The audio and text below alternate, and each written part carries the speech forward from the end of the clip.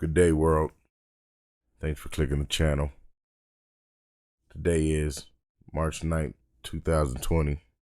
I got some thoughts I want to share with you guys today. Starting this new podcast thing, thinking of themes, thinking of titles.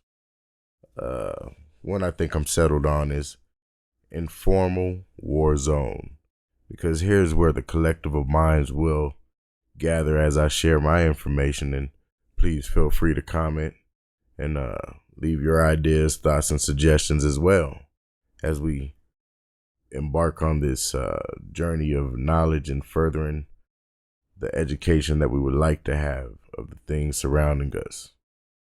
First of all, today I'd like to share something that I've been thinking about, man. You see all this news with the virus and all these other, I guess, reports of fear, doom, and gloom. How horrible the president is always. He's always at fault for something. Whether you like him or not, I could care less. But in this sense, we have to realize where the information's coming from, what it's set out to do, what's the main goal of that. And some people might think it to be a conspiracy theory at all, that we're in a war, we're in a hot war, we've been taken over. But in my research and in my studies, I like to believe that it's been for a long, long time. We have this idea of America and what it means to be free and in the land of the free. But most people don't want to do the things that it takes to get educated upon our history. Like Rush Limbaugh says, there's a lot of low information voters out there that continue to elect these individuals that inflict, I guess, not their best interests on us, I guess, whatever that may mean. Nevertheless, after this writing, I was sitting back thinking, like, well, how would I start this first episode, or what would I talk about?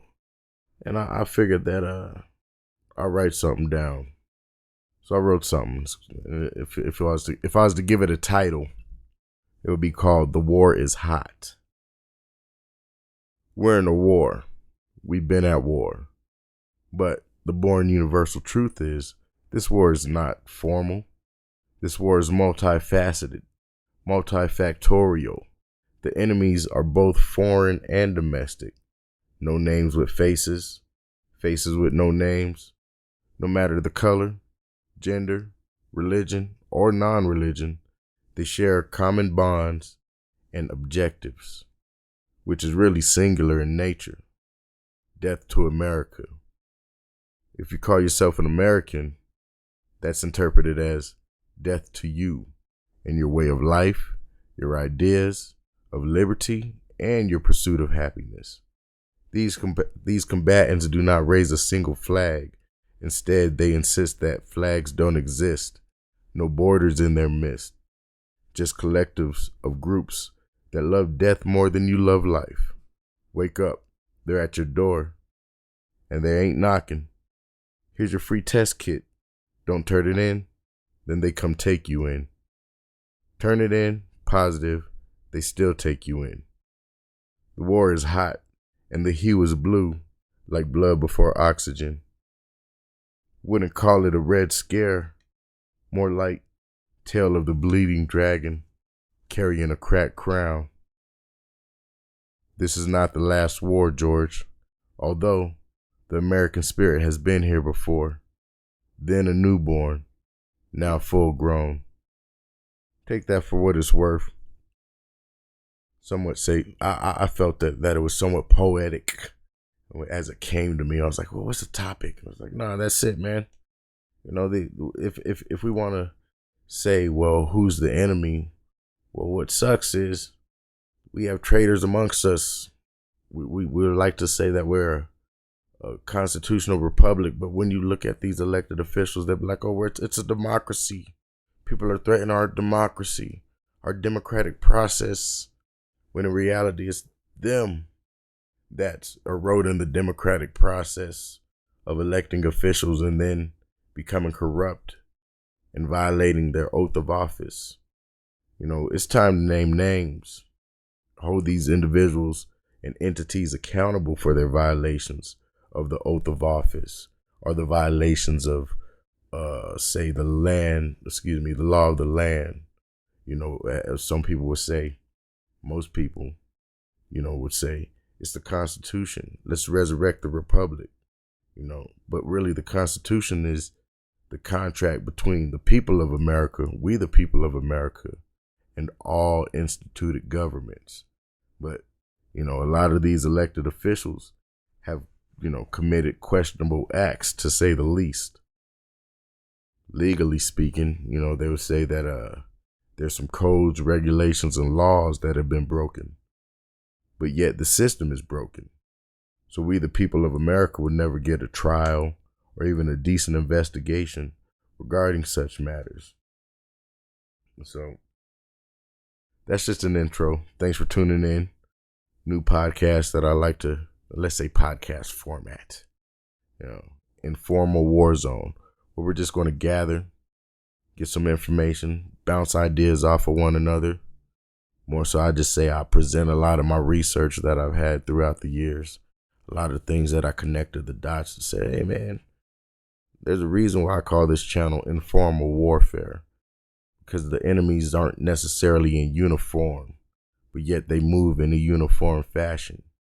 Like how two different factions work together for your destruction, but yet ultimately these two factions hate each other.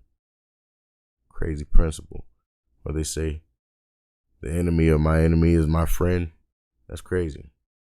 So, or something of that nature, you guys know. But so one name I wanted to utilize, not utilize, but wanted to bring up today is that of the great senator, Miss Dianne Feinstein, California. And give you a brief outlook of how I feel these people have traded us, betrayed us and sold us out. And when I say us, it's not a black-white thing. It's an American thing. They take away our interests. I mean, California is definitely an interesting state. Remember, they call it the Republic of California. They're their own country in their own mind. But nevertheless, get into the Miss Senator, Congresswoman Dianne Feinstein of California, who has been a senator since 1992. Okay. Today, like I said, it's 2020. She's been a senator since 1992. Prior to that, she was the mayor of San Francisco from 1978 to 1988. Now that's very interesting. Ms. Feinstein sits on the Select Committee on Intelligence. Well, she used to, from 2009 to 2015. But most notably, she is the author of the 1994 federal assault weapons ban. So she has a great history of doing questionable acts. She's famous for saying that if she would have got 51 votes in the Senate, then she would have got all the guns from America. Mr. and Mrs. America, turn them all in, is her famous quote. Looking into California more, the senator that was, let's say, we'll go over here. She's serving now with Miss Kamala Harris, who came after, what's her name? Miss Barbara Boxer, if I'm not mistaken. Miss Barbara Boxer was Congresswoman from 1993 till 2017. Excuse me. One other interesting fact about Miss Feinstein is she's married to, what's his name? Shucks. Man, I'm having a brain fart. Bloom. Nevertheless, I'll figure it out.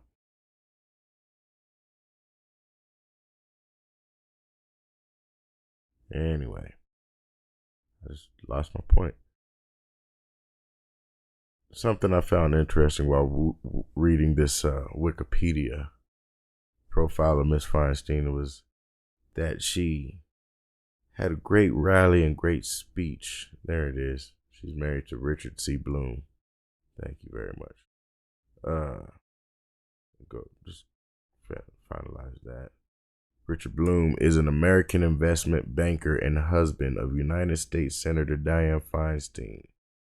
He is the chairman and president of Bloom Capital, an equity investment management firm that acts as general partner for various investment partnerships. We don't need to read the rest of his profile. Nevertheless, here in this little picture, in 1970, it says that Miss Feinstein was at a rally in Chinatown. Now that's really irrelevant until I tell you that it was found out that Miss Feinstein had a Chinese spy that worked for her while she was U.S. Senate, or she's still a U.S. Senator. But he was not only her campaign staffer, but also doubled as her driver, her personal driver, for 20 years. He was recruited by Chinese intelligence. And just do a lot of research on your own on that one. I know it's not as easy to find these things nowadays regarding whatever search engine you may use. But I've always found that to be interesting in this political article of Political magazine in 2018. They unveiled these things about different spy agencies and factions of espionage within Silicon Valley. And San Francisco is very much a hotbed for many, many types of espionage. Let's say, we'll read a paragraph from there. It says, political espionage happens here too. China, for example, is certainly out to steal U.S. technology secrets.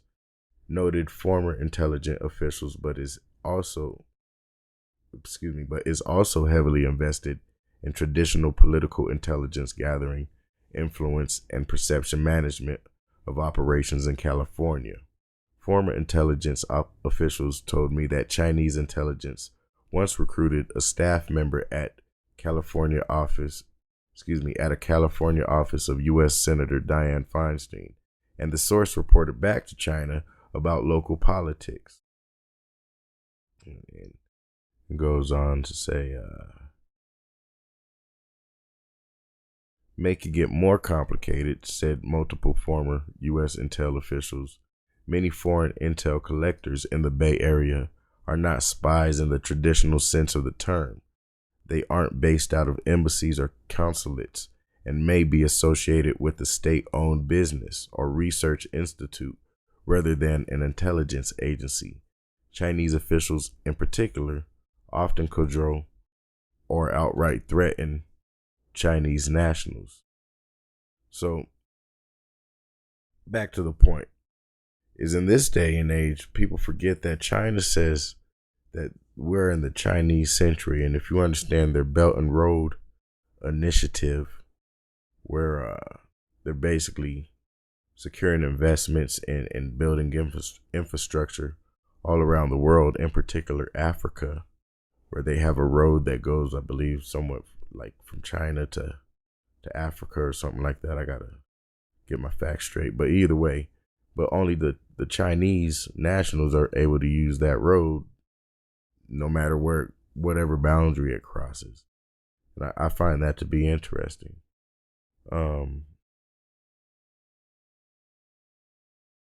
Segueing into this coronavirus out of Wuhan, China. You say, how you jump from Dianne Feinstein to coronavirus? Well, like I say, our enemies are both foreign and domestic, and I have reason to believe that we've been sold out for a long time, and some of the people that did the initial selling or the second wave of the selling out is still over us today, and More so, these are the ones that's bucking not just the American first policy, but when you look at San Francisco today and you say, hey, lady, you're a former mayor of San Francisco, and you can sit in the Senate and have your former city or your district that you represent be a crap hole, literally, with crap apps, so you can know where the crap is on the street. You failed your people, you failed your constituents, and you failed your voters, the people who put you there. You've misused your power, unless all these things are done to benefit yourself, or, might I say, other investment bankers, not just the ones that you're married to. And another question I have is, you were sitting on the Senate committees, Intel committees. You got foreign spies on you, and you still up there in Washington, D.C., immune? You're untouchable, but you're the same one that wants to take people's assault rifles in 1994. I think right then and there was a violation of your oath. How you kept getting reelected, I don't know. But when we look at the state of California and the state of California with the fires and the underbrush, and we got to save this field mouse, so that's why we can't burn over here. I'm making up stuff, but it's quite the same. Then I could see why you're against America First, because it seems like CA stands for China America, not California. When I hear reports of, ports are owned by Chinese companies and businesses, when I hear reports of Governor Brown, former governor of California, making billion-dollar water deals with China, but in the same breath, there's water restrictions on the residents of California. So you can't take a shower. You can't water your grass. You can't wash your car because of the water ban. But your governor did a $1 billion deal to get y'all water? What? And y'all ain't mad? Y'all, did you know it? Your current governor, the word is, I don't have any research or verifiable proof, but we know that the Chinese companies was owning the ports over there in Long Beach and other places along the West Coast. I heard that the governor has a plan that if something was to happen, then he would turn over those operations of the ports to those companies. Now, people forget that Trump also suspended and said, hey, you guys can't own these American ports. But the governor of California already had that in place. Why the president have to say, hey, you guys can't do that? Well, let me give you a scenario. What if there was a virus that weakened the American population, in particular California and the West Coast, but this Chinese companies,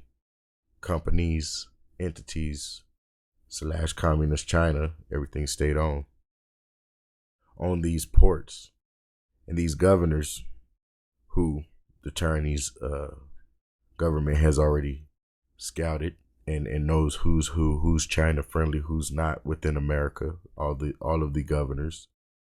And say these 3 governors on the West Coast declare a state of emergency, but China still owns all these ports, and there's a weakened workforce.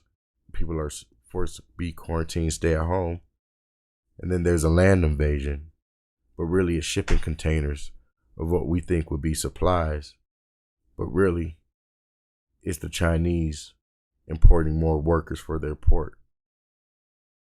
Hashtag on workers. Could it be soldiers? So while our population's sick, now we have these Chinese workers working on their ports and just massing up on our West Coast border. But the sad part is we was sold out a long time ago, and basically they was given carte blanche approval to do what they may. Now, I'm not That's just my theory of conspiracy.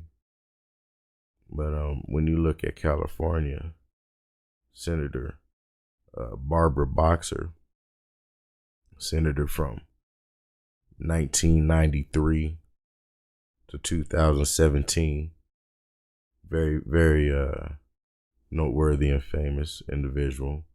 Then you got these other Democratic senators being in there for 20, 30 years. Barbara Ann Mikulski of Maryland, which was there from 1987 to 2017 and retired. And now Miss Dianne Feinstein, she was the oldest running senator, longest holding woman senator. And now Miss Feinstein holds that. At this point, I just wanted to drop some jewels out there. It's a little scatterbrain, but I just wanted to put some stuff out there in the air so people could think about, man, we're at war, but the enemies don't look anything like you would expect somebody to look. I mean, do I call Miss Feinstein an enemy? I know she's done questionable things, and I think that we should audit her oath. Because, like I say, you rewrote the federal assault weapons ban, which they say expired in 2004. But, then she introduced a new one in 2013, sitting on the Senate Rules Committee. She's just been up there doing a whole bunch of things, man. But she's not the only one. You have all those Democrats voting to impeach the president one side. Like I say, good, bad, or indifferent, man. What do you think is going to happen when the one party has the majority? You think they can't do the same thing? We got to be conscientious about these things. I would like to say that she's done a lot of things to benefit herself. Like I say, her husband's an investment banker. Can we look into that? San Francisco's a crap hole, but you guys have multi-million dollars. And then Silicon Valley holds some of the richest corporations in the world, but yet it's decrepit. You're the former mayor of San Francisco from 78 to 88. What's going on? Get your people some help. Thank you for your time and attention. God bless.